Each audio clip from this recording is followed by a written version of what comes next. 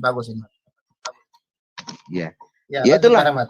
Mungkin yang di chat ini juga teman saya toh, teman seiman saya. Mudah-mudahan berpikir secara jernih gitu. Masa Allah ini kok sangat berharap sekali terhadap sesembahan manusia. Padahal Allah itu Maha Pengasih, Maha Penyayang. Nggak disembah 2 jam, 3 jam aja udah ngamuk. Di asap ini yang kadang-kadang membodohi manusia ini seperti ini. Makanya saya ini ragu kok dengan segala perintah-perintah yang tidak masuk akal. Itu kan jelas loh diperintahkan 100 kali sholat terus akhirnya ditawar. Ini Allah kok mudah sekali dinegosiasi oleh manusia. Suruh perintah 100 kali ditawar menjadi 5 kali. Kok langsung setuju Allahnya ini loh. Ini yang gila yang nyuruh atau yang menawar. Saya kadang-kadang mikir juga tuh. Oh, kalau situ ya kesimpulan saya ini hanya doktrin politik untuk berkuasa. Makanya di Indonesia ini ribut-ribut penegakan syariat itu kan intinya itu. Oh, ujung-ujungnya ingin mendirikan negara sehingga bisa berkuasa. Dengan itu saja kalau pikiran saya. Jadi, terima kasih. Silakan bapak-bapak yang lain memberi pencerahan. Saya boleh ya, Pak Papel ya? Silakan, Pak Piong. Iya.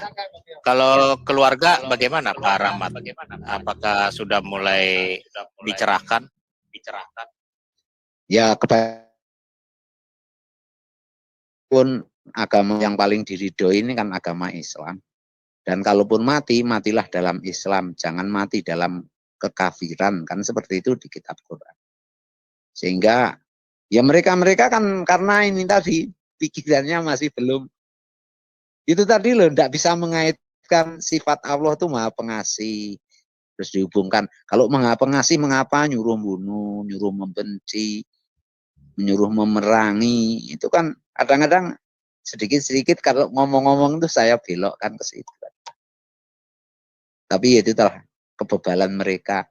Tapi lambat laun saya yakin kalau kita memberi contoh yang terbaik dari agama baru yang kita anut, lama-kelamaan mereka juga tercerahkan. Saya yakin. Dan banyak sekali loh ini orang-orang yang sudah mulai bertanya-tanya tentang agama. Soalnya begini, rata-rata Muslim itu 80% enggak punya hadis. Enggak ada di rumahnya hadis. Kalaupun ada Quran, itu paling dibaca, enggak tahu artinya, cuma bisa baca. Karena kan mengatakan membaca 1 huruf aja sudah dapat pahala. Mereka enggak tahu artinya apa. Disuruh masuk jurang pun mereka juga dibaca begitu aja. Contohnya surat Al-Fatihah itu kan mencari petunjuk jalan lurus. Mulai sampai malam, berilah saya jalan yang lurus, carilah saya jalan yang lurus. Ini yang kadang-kadang enggak menjadi perhatian. Ya karena sudah itu tadi terdoktrin bahwa itu firman Allah, Allah yang berkata. Kalau dilihat sejarah turunnya Quran kan juga perlu dipertanyakan. Kalau saya loh nih, pribadi saya sendiri perlu dipertanyakan itu. Saksi ndak ada. Kemudian mujizat-mujizat ndak ada. Kalau dikaitkan dengan keturunan nabi-nabi sebelumnya kan berasal dari suku Israel. Mereka dari suku apa? Nah, itu jadi pertanyaan juga.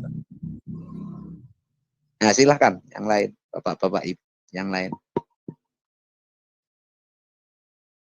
Haleluya.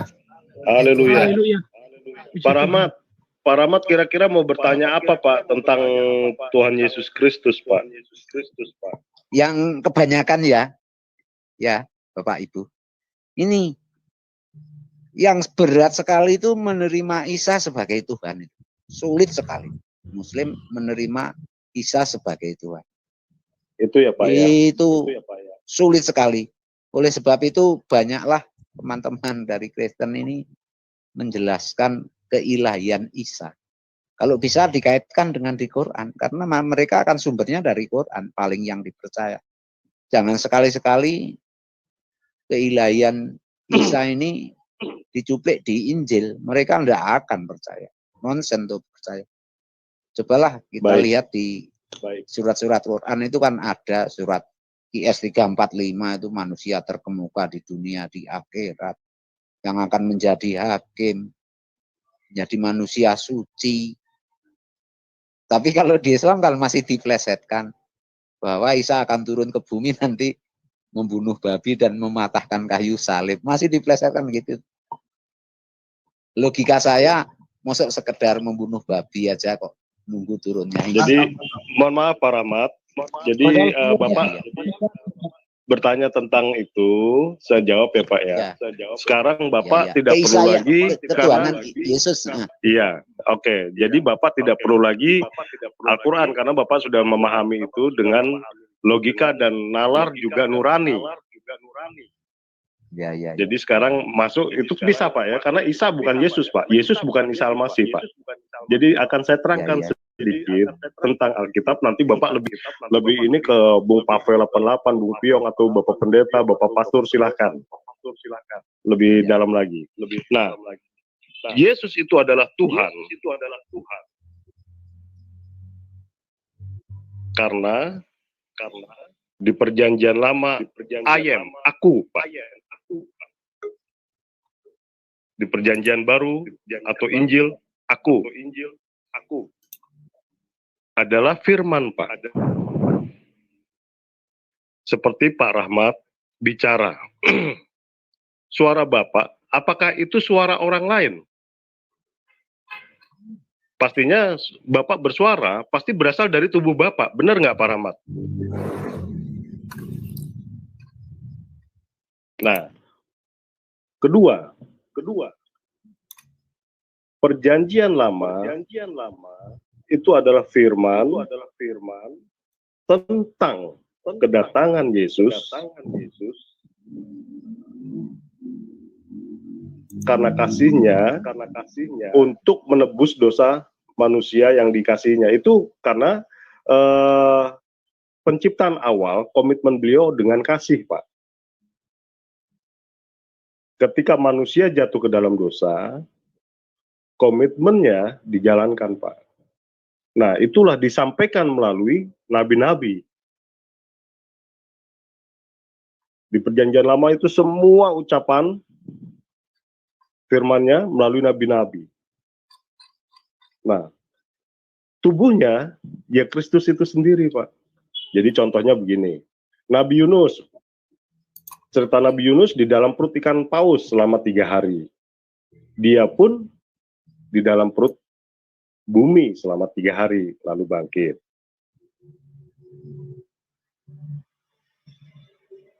Lebih kurangnya seperti itu, Pak. Jadi ya, itulah Yesus atau jadi, Tuhan.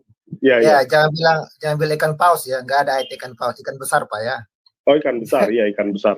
Oh, ikan besar ya, Bung ya. Sorry. Jadi semua menceritakan tentang Yesus, dan Yesus menggenapi apa yang pernah disampaikan olehnya, Pak. Itu. Jadi Bapak ini udah pesan duluan nih, suara Bapak nih, suara Pak Rahmat nih kepada si A, si B, si Paulan, si Bulan, segala macam.